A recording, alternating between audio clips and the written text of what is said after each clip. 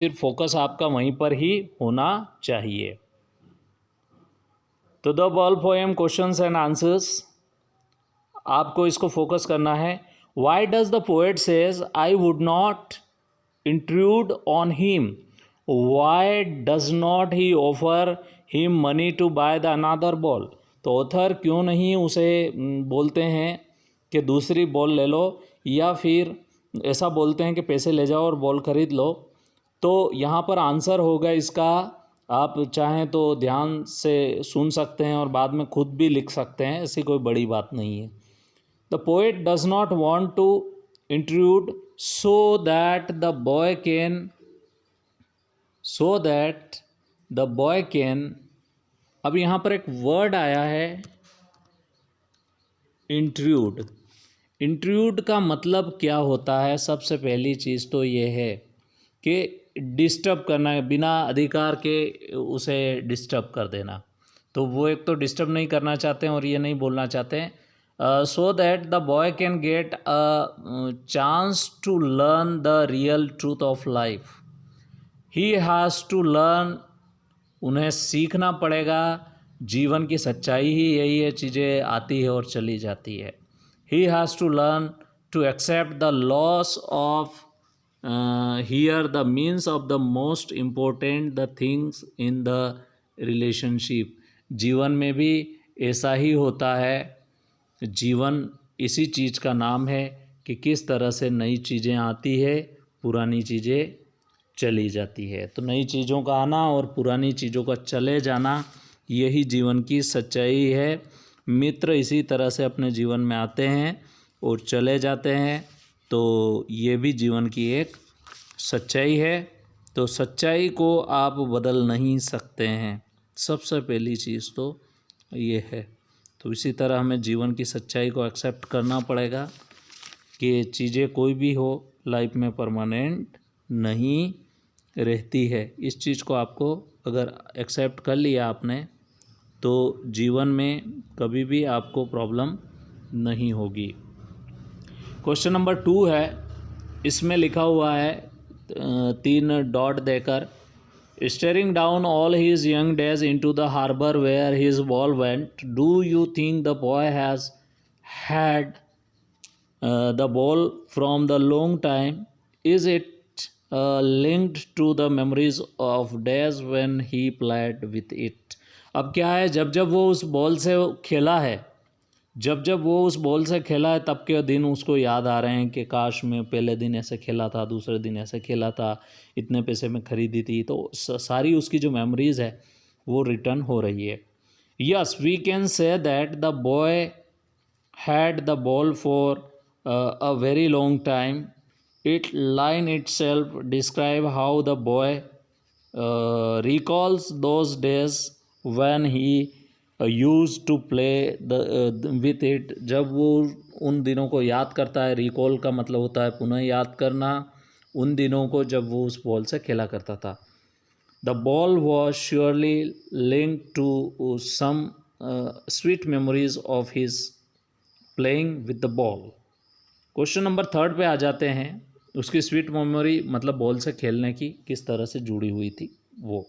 Question number 3 पे आ जाते हैं, what does in the word of the possession means. जो in the word of possession का मतलब क्या है? In the world of possession means that the world is full of the materialistic things.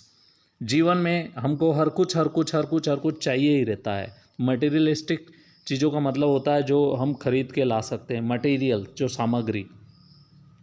Materialistic things are those things which are bring comfort and luxury to our life. हमारी life में क्या करती है? Comfort देती है और luxury. जैसे AC हो गया, कूलर हो गया, फ़ैन हो गया, कार हो गई, ये सब मटेरियलिस्टिक थिंग्स है। क्वेश्चन नंबर 4 पर आते हैं, इसमें लिखा हुआ है, do you think the boy has lost anything earlier.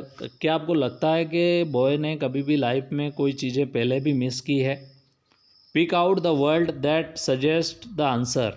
बताइए, कोई चीज़ें उसने पहले मिस की होगी क्या? कोई सी चीज़ गुम हुई होगी?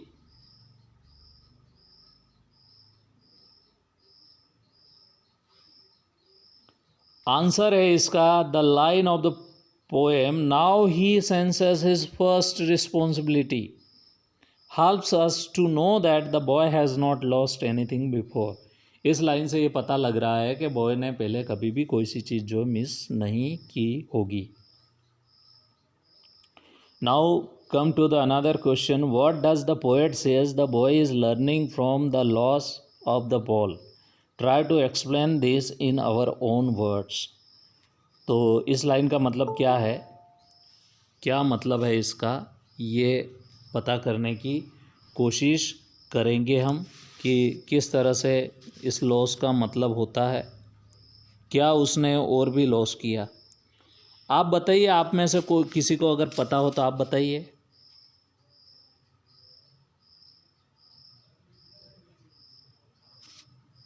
सर उसने क्या लॉस किया ये नहीं, क्वेश्चन को फिर से समझिए. क्वेश्चन का मतलब है कि what does the poet says to the boy is learning from the loss. तो लर्निंग फ्रॉम द लॉस कैसे, मतलब लॉस से आदमी कैसे सीखता है. Poet means that the boy will learn the real truth of life. जीवन की वास्तविक सच्चाई कब पता लगेगी उसके. He will learn how to move on the life dispute. जीवन में बहुत सारी चीज़ें होगी, डिस्प्यूट होंगे, झगड़े होंगे. इनक्योरिंग हैवी लॉस, यहाँ तक कि उसको बड़े से बड़ा लॉस अपनी ज़िंदगी का भी सहन करना पड़ेगा.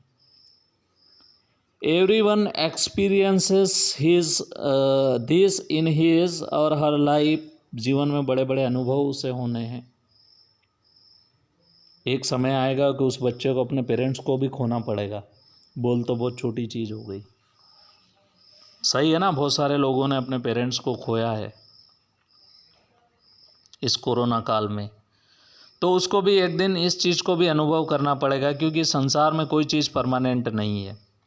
अभी भी कोई 500 साल का बूढ़ा नहीं दिखता, इसका मतलब तो है 110 साल तक हर व्यक्ति की मृत्यु होना है. तो वो बड़े बड़े लॉस को भी इसी तरह से बियर करना सीख जाएगा. तो ये एक अनुभव की बात थी. Everyone experiences this in his or her life.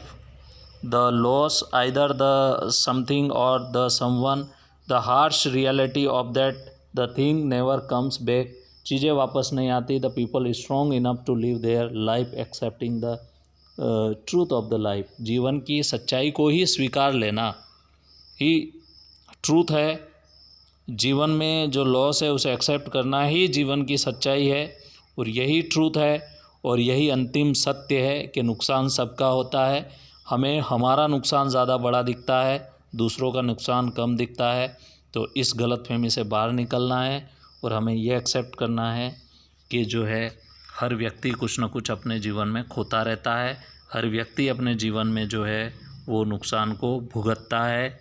यही एक्सेप्टेंस की भावना जो है ये पोएम अपने माध्यम से जगाता है. एक्चुअली में छोटे छोटे बच्चे भी बड़े पॉजेसिव होते हैं अपनी चीज़ों को लेकर.